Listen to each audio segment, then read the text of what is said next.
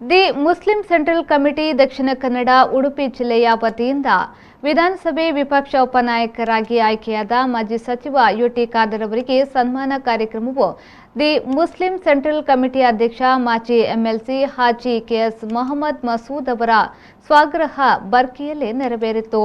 ಬಳಿಕ ಯುಟಿ ಖಾದರ್ ಅವರು ಮಾತನಾಡಿ, ಮುಸ್ಲಿಂ ಸೆಂಟ್ರಲ್ ಕಮಿಟಿ ನೀಡಿದ ಗೌರವ ಮತ್ತು ಸನ್ಮಾನ ಇವತ್ತು ನನಗೆ ನೀಡಿದ ಜವಾಬ್ದಾರಿಯಾಗಿದೆ। ಈ ಸನ್ಮಾನದ ಮೂಲಕ ಯಾವುದೇ ಕಪ್ಪು ಚುಕ್ಕೆ ಬಾರದಂತೆ ಕಾರ್ಯನಿರ್ವಹಿಸಲು ನೀಡಿದ ಜವಾಬ್ದಾರಿ ಆಗಿ ಸ್ವೀಕರಿಸುತ್ತಾ ಸೆಂಟ್ರಲ್ ಕಮಿಟಿ ಅಧ್ಯಕ್ಷ ಹಾಜಿ ಮೊಹಮ್ಮದ್ ಮಸೂದ್ ಅವರು ನಾನು ಕಾಲೇಜು ದಿನಗಳಲ್ಲಿ ನೋಡಿದ ಒಬ್ಬ ನಾಯಕರಾಗಿದ್ದಾರೆ। ಅವರ ಮಾರ್ಗದರ್ಶನದಲ್ಲಿ ಇವತ್ತು ಈ ಮಟ್ಟಕ್ಕೆ ಬೆಳೆಯಲು ಸಾಧ್ಯವಾಗಿದೆ। ಮಾತ್ರವಲ್ಲದೆ ನಮ್ಮ ಯುವ ಪೀಳಿಗೆಗೆ ಹೆಚ್ಚಿನ ತಾಳ್ಮೆ ಅಗತ್ಯವಿದೆ। ನಾವು ಎಷ್ಟು ತಾಳ್ಮೆ ತೋರುತ್ತೇವೆಯೋ ಅಷ್ಟು ಉನ್ನತ ಮಟ್ಟಕ್ಕೆ ಬೆಳೆಯಲು ಸಾಧ್ಯ।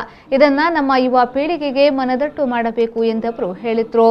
ಕಾರ್ಯಕ್ರಮದಲ್ಲಿ ಮೂಡಾದ ಮಾಜಿ ಅಧ್ಯಕ್ಷ ಇಬ್ರಾಹಿಂ ಕೋಡಿಚಾಲ್, ದಕ್ಷಿಣ ಕನ್ನಡ ಜಿಲ್ಲಾ ಮುಸ್ಲಿಂ ಸೆಂಟ್ರಲ್ ಕಮಿಟಿಯ ಪ್ರಧಾನ ಕಾರ್ಯದರ್ಶಿ ಹನೀಫ್ ಹಾಜಿ, ಕಾರ್ಯದರ್ಶಿ ಸ್ಥಳೀಯ ಕಾರ್ಪೊರೇಟರ್ ಸಂಶುದ್ದೀನ್ ಕುದ್ರೋಳಿ, ನನಗೆ ಅತ್ಯಂತ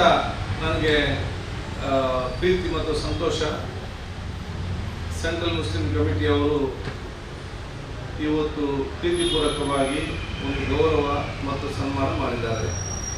ನೀವು ಕೊಟ್ಟಂಥ ಗೌರವ ಮತ್ತೆಲ್ಲ ಸನ್ಮಾನವು ಅದು ನೀವು ನನಗೆ ಕೊಟ್ಟಂಥ ಜವಾಬ್ದಾರಿ ಅಂತ ಹೇಳಲಿಕ್ಕೆ ನಾನು ಇವತ್ತು ಬಯಸ್ತೇನೆ।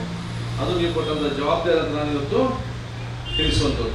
ಆ ಜವಾಬ್ದಾರಿ ಏನಂತ ಹೇಳಿದರೆ, ಇವತ್ತು ರಾಜ್ಯ ಮಟ್ಟ ರಾಷ್ಟ್ರ ಮಟ್ಟದಲ್ಲಿ ಕೆಲಸ ಮಾಡುವ ಸಂದರ್ಭದಲ್ಲಿ ಏನೇ ಮಾಡಿದರೂ ಕೂಡ ನಮ್ಮ ಸಮುದಾಯಕ್ಕೆ ಕಪ್ಪು ಚುಕ್ಕೆ ತರುವಂತೆ ಯಾವುದೇ ಕೆಲಸ ಮಾಡಬೇಡ ಅಂತೇಳಿ ಮತ್ತು ಉತ್ತಮವಾದ ಕೆಲಸ ಮಾಡಂತೇಳಿ ಕೊಟ್ಟಂಥ ಒಂದು ಸಂದೇಶ ಅಂತ ಹೇಳಲಿಕ್ಕೆ ನಾನು ಇವತ್ತು ಬಯಸುವಂಥದ್ದು।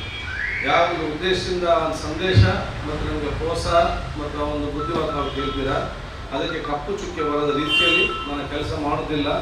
ಬಹುಶಃ ಇವತ್ತು ಕೊಟ್ಟಂಥ ಆ ಒಂದು ಸ್ಥಾನಕ್ಕೆ ಅನುಗುಣವಾಗಿ ಅತ್ಯಂತ ಗೌರವಪೂರ್ವಕವಾಗಿ ನಮ್ಮ ಸರ್ವ ಜನರಿಗೂ ನಮ್ಮ ಸಮಾಜದವರಿಗೂ ಒಂದು ಗೌರವ ಬರೋದ ರೀತಿಯಲ್ಲಿ ನನ್ನ ಕೆಲಸ ನೀಡುವ ಸಂದರ್ಭದಲ್ಲಿ ಇದಕ್ಕಾಗಿ ನಿಮ್ಮೆಲ್ಲರ ಸಹಕಾರ ಕೂಡ ಕೇಳಲಿಕ್ಕೆ ನಾನು ಇವತ್ತು ಬಯಸುವಂಥದ್ದು। ಲತೀಫ್ ಕಂದಕ್, ಕಾಂಗ್ರೆಸ್ ಅಲ್ಪಸಂಖ್ಯಾತ ಘಟಕದ ಅಧ್ಯಕ್ಷ ಸಾಹುಲ್ ಹಮೀದ್, ಕಾರ್ಮಿಕ ಘಟಕದ ಅಧ್ಯಕ್ಷ ವಹಾಬ್ ಸಂಶುದ್ದೀನ್ ಮತ್ತಿತರರು ಉಪಸ್ಥಿತರಿದ್ದರು।